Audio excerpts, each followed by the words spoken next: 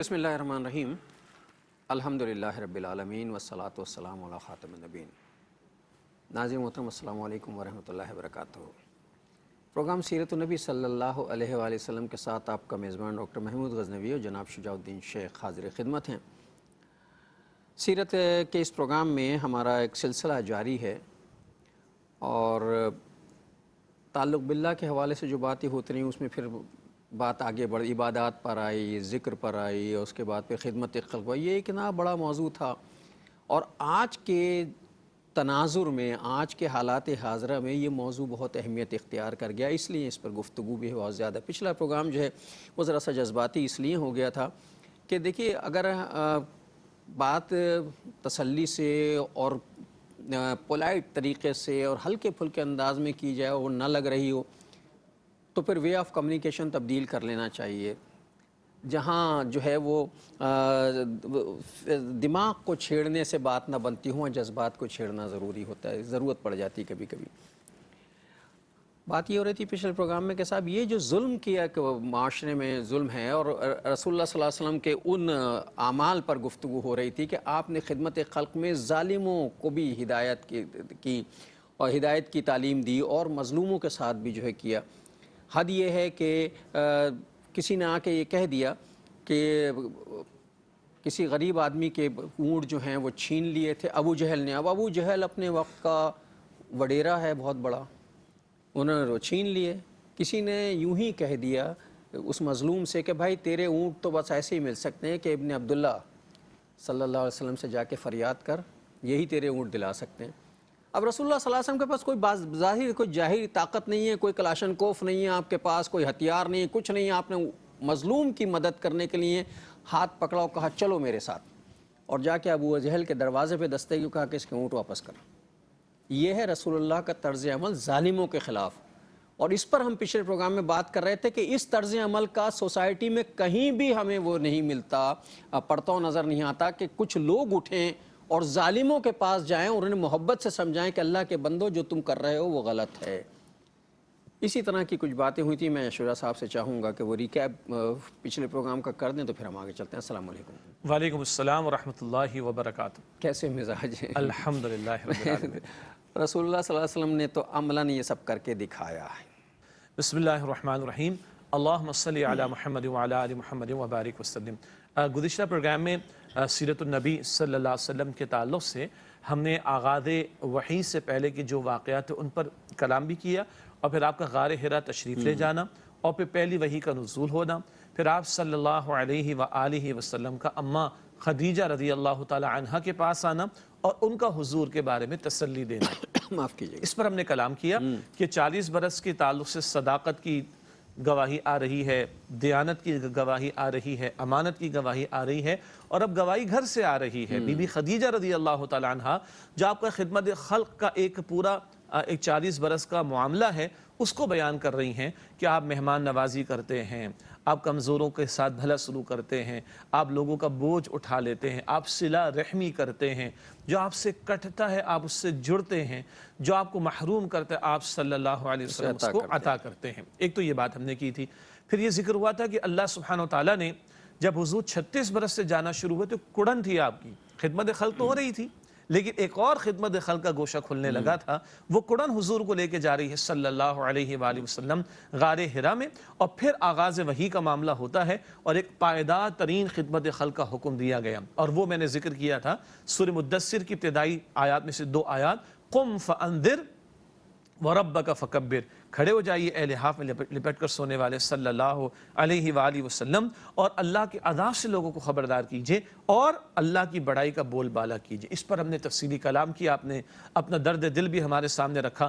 حلف الفضول کے تسلسل میں ہم نے کچھ بات کی کہ مظلوم کی داد رسی ہو اور اس کی حمایت کی جائے، اس کے لیے حضور کھڑے بھی ہوئے۔ یہ تو اولین دور کا واقعہ آپ کا، یعنی آغاز وحی سے بھی بہت پہلے کی بات ہے۔ اور پھر بعد میں آپ نے فرمایا کہ اگر آج بھی مظلوم کی داد رسی کے لیے کوئی معاہدہ ہو تو میں آج بھی اس میں شامل ہو جاؤں گا۔ تو ہم نے کلام کیا اپنے شہر اور اپنے ملک کے حالات پر، جو ظلم و ستم یہاں پر روا رکھا جا رہا ہے، کوئی پوچھنے والا نہیں ہے۔ ایک طرف مفاد یافتہ طبقہ ہے اور دوسری طرف عوام میں جو ظلم و ستم کے جو ہے وہ ان کے اوپر بادل چھائے ہوئے ہیں اور ان پر پے در پے جو ہے وہ مصیبتوں کے پہاڑ توڑے جا رہے ہیں، کوئی پرسان حال نہیں۔ ہم نے امت کی بات کی تھی، کشمیر ہو، فلسطین ہو، افغانستان ہو، عراق ہو، شام ہو، برما ہو یا ہمارا ملک پاکستان ہو، 2 ارب کی امت کا وہ امت پناہ کہاں چلا گیا، ہم نے اس پر بھی کلام کیا۔ پھر حضور علیہ السلام کا انقلابی مشن کیا ہے؟ بندوں کو رب سے جوڑنا اور اس زمین پر عدل کا نفاذ ہو تاکہ بندوں کو جینے کا حق ملے، ورنہ غریب آدمی بھوک، تو حضور نے فرمایا کہ کاد الفقر و یکون کفرن، قریب ہے کہ یہ فقر انسان کو کفر کی طرف لے جائے۔ آج ہم بڑی باتیں کرتے ہیں مگر ہم ظلم کے خلاف بات نہیں کرتے، اور پھر وہ معاشرے کا مراعات یافتہ طبقہ، معاشرے کا وہ وی آئی پی کلچر رکھنے والا طبقہ، وہ اشرافیہ کہ جو اختیار رکھتا ہے، پیغمبروں نے تو ان کو دعوت دی ہے، اللہ نے اپنے پیغمبروں کو ان کی طرف بھیجا ہے، موسیٰ علیہ السلام کو فرعون کی طرف بھیجا گیا، اسی طرح حضور علیہ السلام نے قریش مکہ کے سرداروں سے بات کی ہے، ان کے سامنے دعوت حق پیش کی ہے۔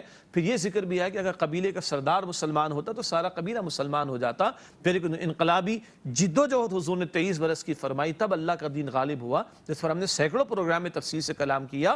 اب وہ عدل کا نفاذ قائم ہوگا تو بندے کو جینے کا حق تو ملے گا۔ آج جس کا پیٹ خالی ہے، جس کو بھوک ستاتی ہے، وہ آپ کی میری باتیں سننے کو تیار ہوگا بیچارہ؟ اور پھر پتہ ہے ایک اور بھی خطرناک صورتحال جو ہوتی ہے، وہ اللہ معاف کرے، میں کسی اور انداز سے بھی سوچتا ہوں، ایک خطرناک صورتحال یہ ہوتی ہے کہ ایک آدمی بھوک سے مر رہا ہے یا وہ ذہنی طور پر ٹارچر اتنا ہوا ہے، آپ اس کے پاس تبلیغ کرنے گئے، اس سے کہا کہ اللہ کے بندے اللہ کی بات سنو، اللہ کے رسول، اور اس نے خدا نخواستہ کوئی کفریہ جملہ ادا کر دیا غصے میں، تمہیں اللہ کی پڑی، استغفر اللہ، یا مجھے بھوک کی پڑی، مجھے روٹی نہیں ہے، تم اللہ کی طرف لے جا رہا ہو، کفریہ جملہ، تو اس کا وہ جو کفر اگر وہ کر بیٹھا تو اس کا ذمہ دار میں بھی تو ہوں گا نا۔ اس تعلق سے کلام ہوا کہ یہ ظلم کے خاتمے کی کوشش کرنا، جد و جہد کرنا، یہ لازم ہے ہمارے اوپر۔ بے انصافی کا خاتمہ ہو جی تو آدمی کو جینے کا حق ملے گا، اب وہ اللہ سے لو لگا سکے کہ میں نے یہ بھی عرض کیا کہ ہمارے آپ کے پیٹ بھرے ہوئے، ہمارا آپ کے گھر کا فریج بھرا ہوا ہے، ہمارے آپ کے بینک اکاؤنٹ میں پیسے موجود ہیں، ہم ٹھنڈے ماحول میں بڑے آرام سے باتیں کر رہے ہیں، لیکن جس کے گھر میں آج رات کا کھانا کھا رہا ہے، صبح کی روٹی موجود نہیں ہے، لوگ تو اور عیاشیوں کی باتیں کرتے ہیں، اس کے پاس تو کھانے کو موجود نہیں، کیا وہ نارمل زندگی گزار سکتا ہے؟ نہیں گزار سکتا۔ تو یہ ہے جو غار حرا سے حضور اب تشریف لائے ہیں اور قرآن کا نزول شروع ہو رہا ہے، اور قم فانذر، کھڑے ہو جائیے، رب اللہ کے عذاب سے لوگوں کو خبردار کیجئے، وَرَبَّكَ فَكَبِّرْ، اور اپنے رب کی بڑائی کا بول بالا کیجئے۔ یہ انقلابی مشن حضور کو عطا ہو رہا ہے صلی اللہ علیہ وسلم، اور یہ خدمت خلق کا پائیدار ترین حصہ۔ دیکھیے 40 برس کی زندگی میں بھوکوں کو کھانا بھی کھلایا، پیاسوں کو پانی بھی پلایا، لوگوں کی مدد بھی کی، بیواؤں کی کفالت بھی کی، غلاموں کا کام بھی کر دیا، کنیزوں کے کام بھی کر دیے۔ اب کیا ہے؟ ارے اب تو آپ کا وہ دور شروع ہو رہا ہے جس کو ہم کہتے ہیں نبوی زندگی، تو اور کون سی خدمت خلق ہے؟ یہ آج ہم نے فراموش کر دی، یہ آج ہم نے بھلا دی ہے، یہ آج ہماری نگاہوں سے اوجھل ہو گئی ہے۔ بھوکے کو کھانا کھلانا کون سے مذہب میں تعلیم اس کی موجود نہیں؟ پیاسے کو پانی پلانا کس مذہب میں تعلیم موجود نہیں؟ کس کس معاشرے میں جہاں ذرا بھی خیر ہوگا کون اس بات کو اچھا نہیں کہے گا؟ تو 40 سال تک تو حضور نے کیا، اب وہی کس بات پر آ رہی ہے؟ اب وہی آ رہی ہے پائیدار ترین خدمت خلق کے لیے، اس کے لیے اللہ کی طرف بلانا، لوگوں کو دعوت دین دینا، اور ظلم کے خاتمے کے لیے عدل کے نفاذ کی جد و جہد کرنا۔ یہ ہے انقلابی مشن نبی علیہ السلام کا، اور یہ ہے پائیدار ترین خدمت خلق والا پہلو، جو کہ معاف کیجئے گا آج ہماری عظیم اکثریت بھلائے بیٹھی ہے۔ نہیں، ہمارے ذہن میں ہے نہیں، ہم صرف یہ سمجھتے ہیں کہ ہم مصلی پہ بیٹھ جاتے ہیں، ہم راتوں کو نوافل پڑھ لیتے، اچھی بات ہے، ہمارے اپنے ذاتی اعمال ہیں، ہمارے انفرادی اعمال ہیں، لیکن انفرادی اعمال سے اجتماعی معاملات تبدیل نہیں ہوتے۔ رسول اللہ کی زندگی کا جو سب سے اہم پہلو ہے، اسے ہم نے سب نے نظر انداز کیا ہے، وہ ہے رسول اللہ کی زندگی کا مشن والا پہلو، مشنری پہلو، کہ آپ ایک لمحے کے لیے بھی آرام نہیں فرماتے تھے اور نکل کھڑے ہوتے تھے، اور ہم نے کہا نا کہ جو کام آپ کر سکتے تھے وہ بھی کرتے تھے، اور جس میں بظاہر آپ کرنے کی پوزیشن میں تھے وہ بھی کرتے تھے۔ ایک یتیم کی سرپرستی ابو جہل کے پاس تھی، اس کا سارا جو ورثہ تھا وہ ابو جہل کے پاس تھا، رسول اللہ نے جا کے دروازے پہ دستک دی تھی، اس کا حق ادا کر دو۔ تو یہ ہے اصل نقطہ سمجھنے کا جو حضور کا مشن تھا۔ دیکھیے اللہ کے نبی علیہ السلام کی بے شمار سنتیں، ہر ادا حضور علیہ السلام کی قیمتی ہے، کوئی سنت چھوٹی نہیں ہوتی۔ ہمارے غلطی میں کچھ لوگ کہہ جاتے ہیں چھوٹی کیسے ہو سکتی ہے؟ لیکن ڈاکٹر صاحب دلچسپ بات دیکھیں، معاف کیجیے گا، بعض مسنون آداب ہیں جن میں ایک علمی بحث چلتی ہے، کوئی کہے گا ہاتھ اوپر باندھنا افضل، کوئی کہے گا ہاتھ نیچے باندھنا افضل، کوئی کہے گا ہاتھ چھوڑ کر نماز ادا کرنا. یہ ہمارے فقہا کے یہاں دلائل موجود ہیں. لیکن ایک سنت وہ ہے جس میں کسی مکتب فکر کا کوئی اختلاف نہیں، اور وہ 23 برس کی سنت ہے، اور ایک لمحے کا اس میں گیپ نہیں ملے گا. تمام مکاتب فکر اس پر متفق ہیں، اور وہ ہے دعوت دین کی سنت. قرآن میں کہا سورہ یوسف کی آیت نمبر 108 میں قُلْ هَٰذِهِ سَبِيلِي أَدْعُو إِلَى اللَّهِ عَلَىٰ بَصِيرَةٍ أَنَا وَمَنِ اتَّبَعَنِي. اے نبی علیہ السلام فرما دیجئے یہ میرا راستہ، یہ میرا طریقہ ہے، میں اللہ تعالیٰ کی طرف دعوت دیتا ہوں پوری بصیرت کے ساتھ. میں بھی یہ کام کر رہا ہوں اور میری اتباع کرنے والے بھی یہی کام کر رہے ہیں. ناظرین کو وقفہ لیتے ہیں پھر آ کے. السلام علیکم ورحمۃ اللہ وبرکاتہ. ویلکم بیک ناظرین. وقفے کے بعد پروگرام سیرت النبی صلی اللہ علیہ وآلہ وسلم میں آپ کا خیر مقدم ہے. آج ناظرین آج کوئی درد میرے دل میں سوا ہوتا ہے. رسول اللہ کی زندگی کا سب سے اہم ترین پہلو جو ہے وہ ہماری نظروں سے اوجھل ہے، اور وہ ہے رسول اللہ کا تحریکی پہلو. اگر اس پہلو کی طرف ہم غور کر لیں، ہم دنیا دار لوگ بھی اور جو دیندار طبقہ ہے ہمارا، جو سمجھتا ہے کہ اس کے ذمے یہ کام لگ گیا ہے کہ وہ جو ہے وہ دین کو آگے بڑھائے، وہ اگر تحریکی پہلو کو ذہن میں رکھ لے. چونکہ ہمارے پاس تحریکی پہلو نہیں، تبلیغی پہلو ہم نے بہت اختیار کیا ہوا. تحریکی پہلو چاہیے. رسول اللہ تبلیغ بھی کرتے تھے لیکن تحریک بھی چلاتے تھے.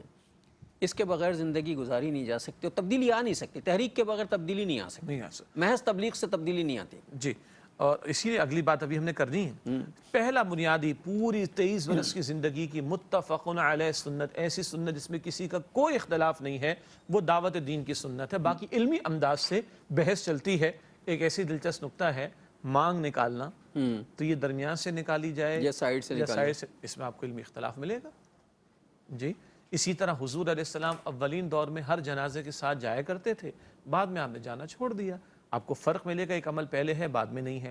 پھر آپ کو یہ فرق ملے گا کہ بھائی کوئی کہے گا احناف کی طرح کہ احناف سے نیچے باندھنا مردوں کا ہاتھ کا افضل ہے، شوافے کہیں گے کہ اوپر باندھنا، اور امام مالک کی رائے ہوگی ہاتھ چھوڑ کے نماز ادا کرنا. علمی اختلاف ملے گا نا، اور سب کے پاس دلیلیں ہیں. سب کے پاس دلیل ہیں، اور سب کے پاس دلیلیں ہوں گی تو ظاہر ہے انہوں نے زندگی لگا کے علم سیکھا ہوگا تو مستند دلیل رکھی ہوگی نا، چونکہ انہیں بھی اللہ کو منہ دکھانا ہے جا کے. جی. البتہ یہاں نکتہ کیا ہے، تو کچھ اعمال جو مسنون ہیں ان میں یہ آپ کو فرق ملے گا، پہلے حضور نے کیا بعد میں نہیں کیا، پہلے حضور نہیں کرتے تھے بعد میں حضور نے شروع کر دیا. کچھ میں علمی بحث ملے گی، یعنی فضیلت کے اعتبار سے کوئی کہے گا یہ انداز افضل ہے، کوئی کہے گا وہ انداز افضل ہے. دعوت دین کے کام کے بارے میں کوئی ایک علمی بحث یہ اختلاف آپ کو نہیں ملے گا. یہ 23 برس کی سنت ہے نبی مکرم صلی اللہ علیہ وسلم کی، یہ تمام رسولوں کا فریضہ. اور اب ختم نبوت کے بعد آپ علیہ السلام خاتم النبیین ہیں اور ہم خاتم الامم ہیں، ہم آخری امت ہیں. اب رہتی دنیا تک اس فرض کو انجام دینا یہ امت مسلمہ کی ذمہ داری ہے. اور یہ اتنا بڑا کام ہے، حضور فرماتے صلی اللہ علیہ وسلم کہ الدال علی الخیر کفاعلہ، نیکی کی طرف دعوت دینے والا نیکی کرنے والے کی طرح. تم کسی کو خیر کی دعوت دو، اللہ سے جوڑو، وہ عمل کرے گا، اس کو ثواب ملے گا، اتنے ثواب اللہ تمہیں بھی عطا فرما دے گا. حضور فرماتے علیہ السلام، سیدنا علی سے رضی اللہ عنہ، جامع ترمذی کی روایت، اے علی اگر تمہاری وجہ سے ایک شخص بھی ہدایت کی طرف آ جائے، یہ تمہارے لیے 100 سرخ اونٹوں سے زیادہ قیمتی بات ہے. اس زمانے کی بہت بڑی سواری، بہت قیمتی دولت سرخ اونٹ. حضور فرماتے علیہ السلام، بلکہ دعا دیتے حضور علیہ السلام، حضور کی دعا، اللہ اکبر، آپ دعا کرتے اے اللہ اسے خوش و خرم رکھے، اللہ اسے تر و تازہ رکھے جو مجھ سے کوئی بات سنے اور ایسے ہی دوسروں تک پہنچا دے. کیا حضور نے ہزاروں آیات قرآن کی ہمیں عطا فرما دی، اپنے ہزاروں ارشادات عطا فرما دے، ایسے ہی دوسروں کو پہنچائے. جو شخص حضور دعا دے رہے ہیں اس کو اللہ اسے تر و تازہ رکھے، خوش و خرم رکھے جو مجھ سے کوئی بات سنو، اور اسی طرح دوسروں کو پہنچا دے. یہ تو ہے فضائل کا معاملہ. ایک اور مجھے اجازت دیجئے میں دل سے عرض کروں، وہی شخص امتی کہلانے کا مستحق ہے جو یہ کام کرے، جو اس اور اپنی استطاعت کے مطابق، اپنی استعداد کے مطابق، اپنے دائرہ کار کے جتنا مطابق، اختیار ہے جہاں تک اس کی مرد رسائی کا ہے. دائرہ کار الگ ہے، عورت کا دائرہ کار الگ ہے، صاحب علم کا انداز مختلف ہوگا، ذمہ داری زیادہ ہوگی، کم علم رکھنے والے کا معاملہ مختلف ہوگا، وغیرہ وغیرہ. لیکن امتی وہی کہلائے گا جو یہ کام کرے. کیوں امت اسی کام کے لیے کھڑی کی گئی؟ قرآن فرماتا ہے سورہ ال عمران آیت نمبر 110 میں، کنتم خیر امت اخرجت للناس تأمرون بالمعروف وتنہون عن المنکر، تم بہترین امت ہو جنہیں لوگوں کے لیے برپا کیا گیا، تم نیکی کا حکم دو گے، تم بدی سے روکو گے. یہ کام کروں تو میں امتی کہلاؤں گا بھائی، ورنہ میں معاف کیجئے گا میں کاہے کا امتی. میں عقیدہ رکھتا ہوں کہ نبوت ختم ہو گئی محمد مصطفیٰ کریم علیہ الصلوۃ والسلام پر، اور اس کے بغیر میں مسلمان نہیں، تو بھائی اب لوگوں تک پیغام کون پہنچائے گا؟ امت پہنچائے گی۔ وقت فرصت ہے، کہاں کام ابھی باقی ہے، نور توحید کا اتمام ابھی باقی ہے۔ حجۃ الوداع کے موقع پر حضور فرماتے فَلْيُبَلِّغِ الشَّاهِدُ الْغَائِبَ، جو آج یہاں موجود ہے ان لوگوں تک پہنچا دو جہاں پر موجود نہیں۔ اب حضور کی ذمہ داری صحابہ کرام کے کاندھوں پر، ان کے کاندھوں سے آج ہمارے کاندھوں پر ہے، تو یہ فرض ہے میرا اور آپ کا، ہر امتی نے انجام دینا ہے۔ بات چلی کیا تھی؟ اب لوگوں کو اللہ سے جوڑو، یہ سب سے بڑی خدمت خلق اس معنی میں ہے، تم نے بھوکے کو کھانا کھلا دیا، اس کی پیٹ کی آگ بجھ گئی، الحمدللہ، مگر وہ گناہوں میں پڑا ہوا ہے، گمراہی میں پڑا ہوا ہے اور جہنم کی آگ میں جا رہا ہے، کیا خدمت خلق ہوئی؟ پائیدار خدمت خلق تو نہیں ہوئی۔ اب پائیدار خدمت خلق یہ ہے، اس وجود کو جو تم نے اس کو پانی پلایا، تم نے اس کو کھانا کھلایا، تم نے اس کو شیلٹر پرووائڈ کیا، تم نے اس کو کپڑا پرووائڈ کیا، تم نے اس کی دوا کا انتظام کیا تاکہ یہ جسم ٹھیک رہے، راحت اس سے ملے۔ ارے یہ وجود جہنم کی آگ میں تو نہیں چلا جا رہا، اس کو اب جہنم سے بچانے کی فکر کرو۔ یہ پائیدار ترین خدمت خلق ہے، جو 23 برس کا مستقل عمل ہے۔ ایک حصہ میں نے عرض کیا ابھی، جو 23 برس کا مستقل عمل ہے نبی پاک صلی اللہ علیہ وسلم کا۔ اور جو آپ نے تحریکیت کہا، وہ کس حرکت، کس بات کے لیے؟ مومن کی حرکت ہے، اللہ کا نام بیان کرنے کے لیے۔ یہ جو حرکت ہے، یہ جو اٹھنا ہے، یہ جو جلنا اور کڑنا ہے، دیکھیے ہر آدمی کی استطاعت اور اوقات اور اس کی جو طاقت ہے اس کے مطابق وہ کام کرے گا۔ یہ جو جلنا ہے، یہ جو کڑنا ہے، یہ تو میرے رسول بھی کرتے تھے نا، انہیں بھی پریشانی لاحق ہوتی تھی۔ اگر میں جلتا ہوں، کڑتا ہوں اور غصے کا اظہار کرتا ہوں تو ظاہر ہے میں تو ایک چھوٹا سا امتی ہوں اور گناہگار آدمی ہوں۔ اللہ کا کرم ہے کہ کم از کم دل میں یہ رمق تو اللہ تعالیٰ نے پیدا کی ہے، لیکن یہ جو حرکت ہے یہ جہاد ہے۔ جہاد کا مطلب محض جو ہے وہ قتل و غارت گری میں شریک ہونا۔ قتل و غارت سے مراد دشمنوں کے خلاف، اللہ کے دشمنوں کے خلاف جو ہے تلوار اٹھانا ہی جہاد نہیں ہے۔ ظالموں کو ظلم سے روکنا بھی جہاد ہے، مظلوموں کے لیے اٹھ کے چلنا۔ جہاد کا مطلب ہی جد و جہد کرنا ہے، اور رسول اللہ کی ساری زندگی جو ہے جد و جہد سے تعبیر ہے۔ جہاد کا لفظ جوہد سے بنا، اور جوہد جد و جہد، جیسے آپ نے استعمال فرمایا، کوشش کرنا، محنت کرنا۔ ایک ہے قتال، اس کا ترجمہ ہے ہی فقط جنگ، وہ جنگ ہے اللہ کے لیے، اللہ کے لیے، ہاں، فی سبیل اللہ، فی سبیل اللہ ہے وہ، اس کا ترجمہ ہے ہی جنگ۔ جہاد کا لفظ کبھی جنگ کے لیے بھی استعمال ہوا، سورہ توبہ میں استعمال ہوا، لیکن ہمیشہ جنگ کے لیے استعمال نہیں ہوتا۔ جہاد اسٹرگل، کوشش، محنت، جد و جہد کے معنی میں۔ اب مجھے اللہ کا بندہ بننا ہے تو بھی جہاد کروں، اپنے نفس کے خلاف بھی جہاد، نفس کے خلاف جہاد کروں، نیند کو چھوڑوں گا تو فجر میں کھڑا ہوں گا، یہ بھی جہاد ہے جی۔ رزق حلال کمانے کے لیے کوشش کرنا، یہ بھی جہاد ہوگا۔ حرام سے بچنے کے لیے کوشش کرنا، یہ بھی جہاد ہوگا۔ دین کی دعوت کے لیے سٹرگل کرنا، اپنی صلاحیتوں کو استعمال کرنا، اپنے اوقات کو لگانا، یہ بھی جہاد ہوگا۔ اور کبھی حق و باطل کے مارکے کے سجنے کے دوران میں باطل کا مقابلہ کرنے کے لیے کھڑا ہونا ہوگا، اور کبھی وہ موقع بھی آئے کہ جب دو بدو جنگ کا میدان سج جائے، یہ قتال کا معاملہ آ جائے گا، یہ افضل جہاد ہوگا۔ لیکن زندگی کا ہر لمحہ جہاد سے تعبیر ہے۔ یہ جو ابھی شجاع صاحب نے کہا نا کہ صبح فجر کی اذان ہو رہی ہوتی ہے اور اسی وقت مجھے بہت اچھی نیند آ رہی ہوتی ہے، بہت اچھی نیند آ رہی ہوتی ہے، اگر میں اس وقت اٹھ جاتا ہوں کہ نہیں صاحب یہ نیند جو مجھے اللہ دے رہا ہے، حق ہے اس کا کہ میں پہلے اٹھ کے اس کی عبادت کر لوں، بالکل، یہ بھی جہاد ہے، بالکل، سمجھے۔ اور اگر اس نیند کے راستے میں بجلی والے رکاوٹ بن جائیں، ساری رات جگا کے رکھیں اور فجر کے وقت میری آنکھ نہ کھلے تو کیا ہوگا؟ اب یہ سوچئے اس کی ذمہ دار کون ہوگا؟ جی، بہرحال یہ تو مسائل ہیں جو ہمیں پیش آ رہے ہیں۔ ہاں، اللہ تعالیٰ ہمارے حال پر ہے، اللہ انہیں بھی ہدایت اور دے، ذمہ داروں کو اللہ ہدایت، اللہ تعالیٰ ہم سب کو ہدایت دے اور ذمہ داران کو بھی ہدایت عطا فرمائے۔ تو بہرحال یہ ایک رخ ہے، یہ پائیدار ترین خدمت خلق، کہ جس بندے کی پیٹ کی آگ کو بجھانے کی ہم نے کوشش کی، اب اس کے پورے وجود کو جہنم کی آگ سے بچانے کی فکر اور کوشش کرنا۔ اچھا، جب اس کا پیٹ بھر جائے گا، جب اس کا پیٹ بھر جائے گا، اسے تسلی ایک طرف سے، اس کا ذہن پرسکون ہو جائے گا، پھر وہ آپ کی بات سنے گا، پھر اسے اللہ بھی نظر آئے گا، رسول بھی نظر آئیں گے، دین کی اچھائیاں بھی نظر آئیں گی، لیکن خالی پیٹ پہ تو اسے کچھ بھی نظر نہیں آئے گا نا۔ اسے صرف اسے کہو دیکھو چاند کتنا اچھا ہے، وہ کہے گا ہاں بالکل چپاتی کی طرح ہے، چاند بھی چپاتی نظر آتا ہے بھوک میں۔ صحیح بات ہے۔ تو بہرحال یہ تو ایک رخ ہے جو 23 برس کی محنت ہے رسول پاک صلی اللہ علیہ وسلم کی، اور یہ پائیدار ترین خدمت خلق ہے۔ کہ بندوں کو ان کے رب سے جوڑنا اور ان کی اصل منزل آخرت کے بارے میں ان کو متوجہ کرنا، ان کے دل میں اللہ کا خوف پیدا ہو، آخرت کا احساس پیدا ہو، جنت کا شوق بھی پیدا ہو، جی جنت کا شوق بھی پیدا ہو، رب کو پانے کا شوق پیدا ہو، رب کی رضا کے حصول کا شوق پیدا ہو، رب کے دیدار کا شوق پیدا ہو، یہ سارا کچھ محنت کرنا یہ دعوت دین کا کام ہے۔ ہم تو جنت کے بارے میں سوچتے بھی نہیں ہیں، کبھی غور کیا بیٹھ کر کہ جنت کیسی ہوگی اور جنت کتنی اچھی ہوگی، اور کبھی یہ حسرت پیدا ہو کہ کاش ہم بھی جنت میں ہو، چاہے ایک چھوٹی سی جھوپڑی مل جائے مگر جنت میں مل جائے، کبھی سوچا؟ ہم تو سوچتے بھی نہیں جنت کے بارے میں، صحابہ کرام سوچتے تھے رضی ہم اللہ تو تعالیٰ سوچتے بھی عنہ۔ نہیں، کبھی نہیں سوچتے ایمانداری سے بیٹھ کے تمام حضرات، میں بھی کبھی کبھی سوچتا ہوں کہ یار ہم تو جنت کے بارے میں تو ہم سوچتے ہی نہیں ہیں، اسی طرح ہم جہنم کے بارے میں بھی نہیں سوچتے کہ کیا ہوتا، تو کبھی ان چیزوں کے بارے میں سوچیں گے تو اندر کوئی تبدیلی آئے گی نا۔ جی دیکھیے، میں نے عرض کیا کہ صحابہ کرام رضی اللہ تعالیٰ عنہم اجمعین اس بارے میں بڑے فکر مند ہوتے تھے۔ مثلاً بہت مشہور واقعہ ہے حضرت ثوبان رضی اللہ تعالیٰ عنہ کا۔ ایک دن اللہ کے رسول علیہ السلام نے ان کو بڑا افسردہ کیفیت میں دیکھا، افسردگی کی حالت میں دیکھا، تو اللہ کے رسول علیہ السلام فرمایا کہ کیا مسئلہ ہے تمہارا؟ تو اب صحابی رسول کیا کہہ رہے ہیں؟ دیکھیے، فکریں ہماری بھی ہیں، فکریں ان کی بھی تھیں، آپ مجھے اجازت دیجئے، ٹینشن ہماری بھی، ہماری بھی تھی، ٹینشن انہیں بھی ہوتی تھی۔ تو عرض کی یا رسول اللہ علیہ السلام، یہ غم مجھے رلاتا ہے، یہ غم مجھے رلاتا ہے، معلوم نہیں جنت داخل اس میں ہو سکوں گا یا نہیں، پہلا غم۔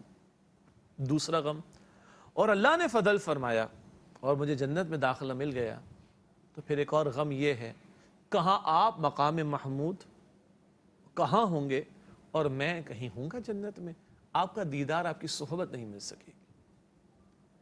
تو اس پر اللہ کو یہ ادا اتنی پسند آئی ہے کہ مفسرین نے شان نزول میں یہ واقعہ بھی لکھا ہے، اللہ کی طرف سے آیت کا نزول ہوتا ہے، سورہ نساء ہے آیت نمبر 69، کہ من یطع اللہ والرسول، جس نے اللہ تعالیٰ اور اس کے رسول صلی اللہ علیہ وسلم کی اطاعت کی، فَأُولَئِكَ الَّذِينَ أَنْعَمَ اللَّهُ عَلَيْهِم مِّنَ النَّبِيِّينَ وَالصِّدِّيقِينَ وَالشُّهَدَاءِ وَالصَّالِحِينَ، یہ وہ لوگ ہوں گے جن پر اللہ نے انعام فرمایا، انبیاء ہیں، صدیقین ہیں، شہداء ہیں، صالحین، وَحَسُنَ أُولَئِكَ رَفِيقًا، اور یہ کیا ہی عمدہ رفیق کار ہوں گے، یعنی جو اللہ اور اس کے رسول کی اطاعت پر ہو، اللہ ان گروہوں کے ساتھ شامل فرما دے گا جنت میں۔ تو صحابہ کرام فرماتے ہیں جتنا اس آیت کے نزول پر خوشی ہوئی، ہمیں کبھی بھی خوشی نہیں ہوئی کہ ادھر بھی حضور سے صحبت پانے اور ملاقات کا موقع ہوگا، یہ غم ہے صحابہ کرام کا غم۔ ناظرین وقفہ لے لیں، پھر آ کر بات کرتے ہیں۔ وقفے کے بعد پروگرام سیرت النبی صلی اللہ علیہ وآلہ وسلم میں آپ کا خیر مقدم ہے۔ میں ایک چیز ابھی مجھے اچانک یاد آ گئی، یہ میں بہت تیزی سے آتا ہوں کہ پروگرام میں آپ کا تو وہ ایسا لگتا ہے تلفظ ادا کرنے میں تیزی، جیسے میں کہہ رہا ہوں پروگرام، تو مجھے میرے ریکارڈنگ انجینئر صاحب نے کہا تھا کہ سر یہ لفظ پروگرام ہے یا پروگرام ہے؟ لفظ پروگرام ہی ہے، وہ اصل میں بہت روانی میں پروگرام کہہ کے نکل جاتا ہوں، ایسا لگا پروگرام کہا ہے۔ تو آپ کی اجازت سے انگلش میں پروگرام ٹھیک ہے، اردو میں پروگرام چلے گا، چلے گا، پروگرام چل ہی رہا ہے، چلے گا۔ تو بہرحال کہیں کہیں ظاہر ہے کہ انسان کو اپنی غلطی کا احساس، لیکن مجھے خوشی اس بات کی ہوتی کہ یہ ایک ٹیم ورک ہوتا ہے نا، کوئی بھی آدمی مطلب یہاں جو آتا ہے، اگر کوئی سویپر جو آتا ہے یا موپ لگانے، پوچھا لگانے، اگر وہ مجھ سے کہے کہ سر آپ نے فلاں غلطی کی، تو مجھے بڑا اچھا لگتا ہے۔ تو اپنی غلطیوں کا اصلاح کرتے رہنا چاہیے، یہی بہترین طریقہ ہوتا ہے۔ تو بہرحال بات یہ ہو رہی تھی کہ صاحب زندگی میں جو تبدیلیاں آتی ہیں اور رسول اللہ صلی اللہ علیہ وسلم کی، ہماری ٹینشنیں اور صحابہ کرام کی ٹینشنیں جو ہیں وہ بڑی مختلف تھیں۔ ہماری ٹینشن تو یہ ہوتی ہے، مجھے تو ٹینشن یہ ہے کہ ابھی پتہ نہیں میں گھر جاؤں گا تو بجلی ہوگی یا نہیں ہوگی، معاف کیجیے گا ناظرین، حالات ایسے ہیں۔ میری ٹینشن یہ ہے کہ صاحب پتہ نہیں یہ جو وبائی مسئلے آئے ہوئے ہیں ان سے کب نجات ملے گی۔ میری ٹینشن یہ ہے، میری ٹینشن یہ نہیں ہے کہ میں اپنے رب کے حضور جا کے یہ کہوں کہ اللہ تعالیٰ یہ جو کچھ آیا ہے یہ یقیناً میری کسی بدعمالی کے نتیجے میں ہوگا، انفرادی یا اجتماعی، تو مالک مجھے تو شاید علمی تو علیم و خبیر ہے، تو اسے معاف کر دے جس کی وجہ سے مجھ پہ یہ پریشانی آئی ہے۔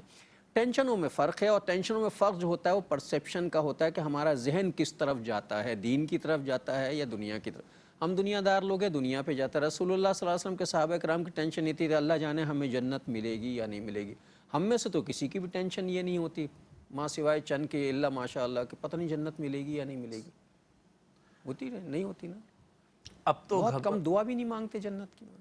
کہتے ہیں کہ اب تو گھبرا کے کہتے ہیں کہ مر جائیں گے، مر کے بھی چین نہ پایا تو کدھر جائیں گے۔ اصل مسئلہ میرا اور آپ کا دنیا کا نہیں ہے، مسئلہ ہے، اصل مسئلہ یہ دنیا کا مسئلہ نہیں۔ مجھے ایمانداری سے بتائیے، ابھی میری آپ کی ہمیں سے جس کسی کی بھی موت تو آنی ہے، موت واقع ہو جائے، بجلی اس کے لیے مسئلہ ہے؟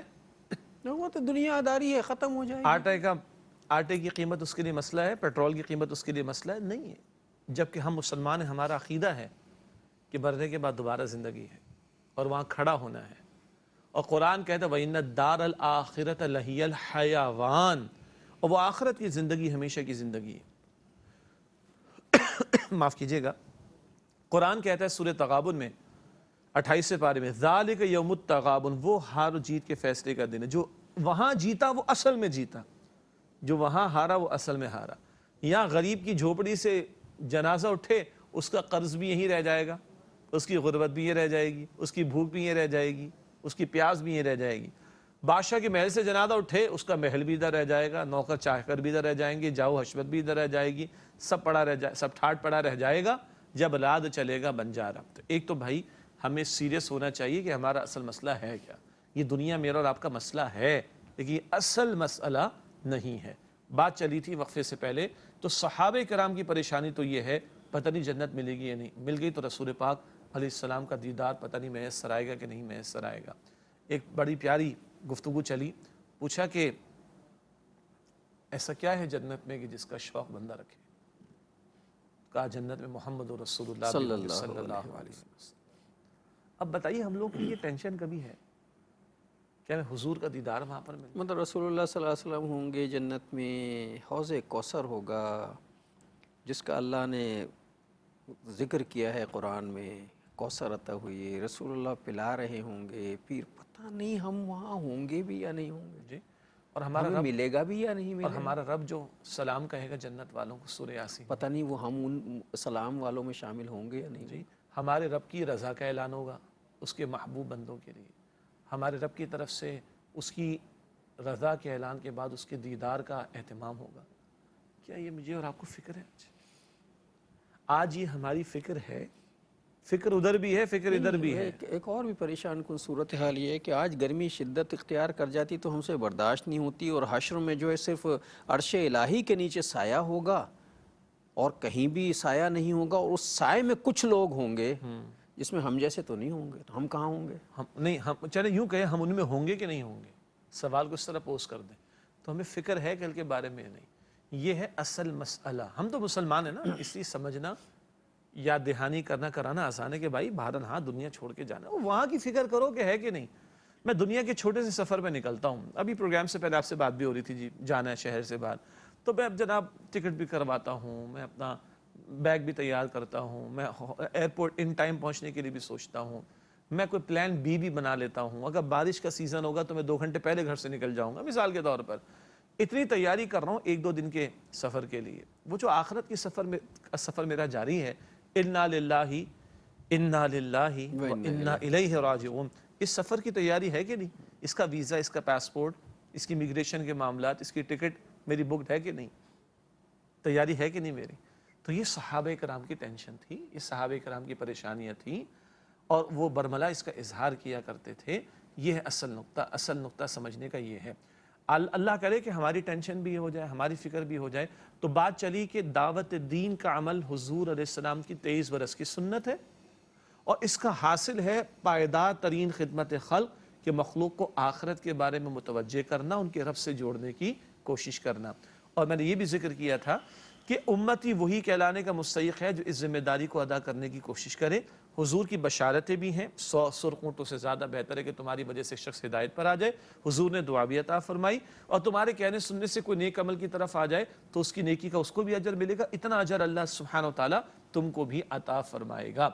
اب یہ ہے ایک حصہ حضور کی 23 برس کی محنت کا، جس کو ہم دعوت دین کہتے ہیں۔ اور سورہ یوسف کی آیت نمبر 108 بڑی قیمتی جو میں نے ذکر کی، کہ حضور سے کہلوایا گیا کہ قل ھذی سبیلی ادعو الی اللہ علی بصیرۃ انا ومن اتبعنی، اے نبی علیہ السلام فرما دیجئے یہ میرا راستہ ہے، میں اللہ کی طرف لوگوں کو دعوت دیتا ہوں پوری بصیرت کے ساتھ۔ دعوت دین کا کام بھی یقین کے ساتھ کرنا ہے، کنوکشن کے ساتھ کرنا ہے، دل ٹھک جائے، دل سے بات نکلے، دلائل کے ساتھ بھی کرنا ہے۔ اور حضور فرما رہے انا ومن اتبعنی، میں بھی یہ کام کر رہا ہوں اور میری اتباع کرنے والے بھی. تو اتباع رسول کا تقاضا انتہائی ادب سے عرض کروں صرف میٹھا کھا لینا نہیں ہے. یہ جو آج ہم نے میٹھا کھا لو سنت پوری کر لو کے تقاضے شروع کر ڈالے ہیں، معاف کیجیے گا حضور کے فاقے تو امت کو یاد نہیں. 2 مہینے گھر میں چولہا نہیں جلتا. زکوٰۃ کبھی حضور نے دی نہیں. حضور نے اپنے پیٹ پر پتھر باندھے. حضور کے گھر میں کئی مرتبہ ناشتے کے لیے جب موقع آتا تو کھانے کو نہ ہوتا تو حضور روزے کی نیت کر لیتے تھے. یہ امت کو یاد نہیں ہے میٹھا کھا لو سنت پوری کر لو. یہ عجیب سنت ہے، عجیب بات ہے. تو حضور سے کہلوایا جا رہا ہے سورہ یوسف کی آیت 108 میں، میں بھی یہ کام کر رہا ہوں اور میری اتباع کرنے والے. تو حضور کی اتباع کا بہت بڑا میدان، حضور کی اتباع کا بہت بڑا تقاضا دعوت دین کا کرنے کا کام ہے، جو سنت رسول بھی ہے علیہ السلام اور جو فریضہ امت بھی ہے. یہ کریں گے تو واقعتاً اتباع کر سکیں گے، کریں گے تو واقعتاً امتی قرار پائیں گے.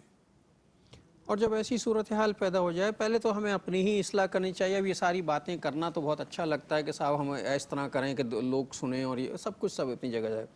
پہلے اپنی اصلاح کرنا ضروری ہے. مجھے پہلے اتنی باتیں تو میں نے کی نا، سب سے پہلے یہ کہ میں رسول اللہ کے مشن میں کس طرح شریک ہوں اور جو کیا میں بھی وہ کام کر رہا ہوں اور جو میں کام دوسروں کو کرنے کے لیے کہہ رہا ہوں. تو آغاز جو اپنے آپ سے کرنا چاہیے سب سے پہلے. تو ہم میں سے ہر شخص دعا کرے کہ اللہ تعالی ہمیں بھی توفیق دے کہ جو باتیں ہم کر رہے ہیں کہہ رہے ہیں وہ باتیں پہلے ہمیں کرنے کی توفیق عطا کرے.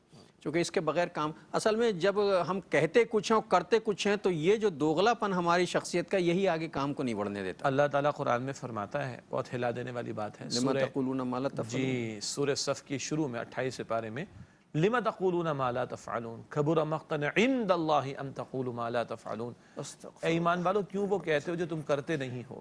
یہ بات اللہ کو انتہائی بیزار اور ناراض کر دینے والی ہے کہ تم وہ کہو جو تم کرتے نہیں ہو.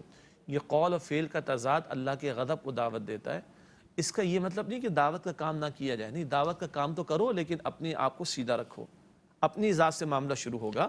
قرآن کہتا ہے سورہ تحریم کے آیت نمبر 8 میں، سورہ تحریم کے آیت نمبر 6 میں، قوا انفسکم واہلیکم نارا، اپنے آپ کو اور اپنے گھر والوں کو جہنم کی آگ سے بچاؤ. یہاں سے سلسلہ شروع ہو. دعوت تبلیغ کا کام بھی کرنا ہے، فرض ہے ہمارا، البتہ اپنے آپ کو فراموش کر کے دوسروں کو دعوت نہیں دینی. اچھا اس میں کئی پہلو ہے بھی. کبھی کبھی یہ بھی ہوتا ہے کہ ہم اپنے آپ کو فراموش کر کے دعوت کا کام کر رہے ہو تو سمجھتے ہیں بہت نیکی کر رہے ہیں، اور پھر جیسے یہ ابھی شجاع صاحب نے کہا اور ہم نے کہا تو اچانک پھر کہا اچھا یہ تو بڑی غلطی ہو گئی، چونکہ ہم خود تو عمل کرتے نہیں، لوگوں کو کہتے تو ہم نے وہ کام بھی چھوڑ دیا. ایسا نہیں ہے، وہ کام جاری رکھیے. وہی کام آپ کے اندر تبدیلی لائے گا، آپ کو شرم دلائے گا، آپ کی غیرت جگائے گا کہ دوسروں کو کہہ رہے ہو بھائی خود بھی تو کرو پہلے. اس کے 2 پہلو سمجھ لیں. ایک تو جو ابھی آپ نے بات بیان فرمائی، مثال سادہ سی کہ اگر میرے ہاتھ میں بال ہو اور اگر میں دیوار پر ماروں تو وہ دیوار سے پلٹ کر میری طرف آئے گی. تو جب میں دوسروں کو دعوت دوں گا نا، انشاءاللہ تعالی لوگ خود مجھے سیدھا کریں گے. وہ مجھے کبھی فجر میں چیک کر رہے ہوں گے، کبھی میری اہلیہ کے پردے کو چیک کر رہے ہوں گے، کبھی ہو سکتے میری داڑھی کے سائز کو بھی چیک کر رہے ہوں، اور کبھی میرے وہ ٹخنے میں نے کھول کے رکھے ہوئے کہ نہیں ان کے پیچھے بھی، اور کبھی دوربین لگا کر بیٹھے ہوں گے ذرا مولوی صاحب کے گھر میں شادی کا ٹائم تو ہم ذرا دیکھیں کہ شادی ان کی کیسے ہوتی ہے. بات تو کڑوی ہے. جب میں دعوت کا کام شروع کروں گا تو یہ ریاکشن آئے گا. ہے کڑوی بات لیکن فائدہ میرا ہے، میں سیدھا ہو جاؤں گا. تو دعوت دینے کا پہلا فائدہ تو میری اپنی ذات کو ہوگا. ایک بات شرم لوگ مجھے دلا دیں گے بلکہ مجھے خود بھی آئے گی. دوسری بات آپ کو یاد آ جائے گی، ہم نے پہلے بھی ذکر کیا تھا، حجۃ الوداع کے موقع پر حضور نے فرمایا صلی اللہ علیہ وسلم پہنچایا کرو. بعد اوقات جس کو پہنچایا گیا وہ پہنچانے والے سے زیادہ فہم رکھنے والا ہوتا ہے. تو دعوت کا فائدہ ہی ہوگا جس کے دل میں نرمی ہوگی، جو سلیم الفطرت لوگ ہوں گے، سلیم الطبع لوگ ہوں گے، وہ بات کو لے لیں گے اور عمل کرنا شروع کر دیں گے. فائدہ ہی ہوگا اور زیادہ بہتر طریقے سے آگے بڑھا دیں گے. یعنی میں جس طرح گفتگو کر رہا ہوں شاید میرے پاس وہ الفاظ نہ ہوں، میرے پاس وہ لب و لہجہ نہ ہو، میں آپ سے اس طرح بات نہ کر سکتا ہوں، لیکن جس نے سنی ہے ہو سکتا ہے اللہ نے اسے بہت فصیح بنایا ہو، بہت ہی فصاحت کے ساتھ اور بلاغت کے ساتھ وہ بات لوگوں تک پہنچا سکتا ہو اور زیادہ اچھے طریقے سے لوگ اس کی بات سے متاثر ہو جائیں. تو کہنے میں کوئی حرج نہیں ہے، بات کو آگے بڑھانا نہیں، لیکن اپنا احتساب بھی وقتاً فوقتاً کرتے رہنا چاہیے. اب آج کے پروگرام کا وقت ختم ہو رہا ہے، اسی کے ساتھ تو شجاع صاحب سے آج کی حدیث ہدیہ کروا دیتے ہیں، پھر ہم آپ سے رخصت ہوں گے. اللہ کے پیارے رسول صلی اللہ علیہ وآلہ وسلم نے ارشاد فرمایا خیرکم من تعلم القرآن وعلمہ، بخاری شریف کی حدیث ہے، تم لوگوں سے بہترین وہ ہیں جو قرآن سیکھیں اور سکھائیں۔ حدیث شریف مکمل ہوئی، بخاری شریف کی ہے۔ اسی پر اپنے کلام کے سکھانے کے عمل کرنے والوں کو حضور سب سے بہترین قرار دے رہے ہیں۔ اور ناظرین، اسی کے ساتھ ہمارے آج کے پروگرام کا وقت ختم ہو۔ جناب شجاع الدین شیخ اور اپنے میزبان ڈاکٹر محمود غزنوی کو اگلے پروگرام تک کے لیے اجازت دیجیے۔ اللہ نگہبان، والسلام علیکم ورحمۃ اللہ وبرکاتہ۔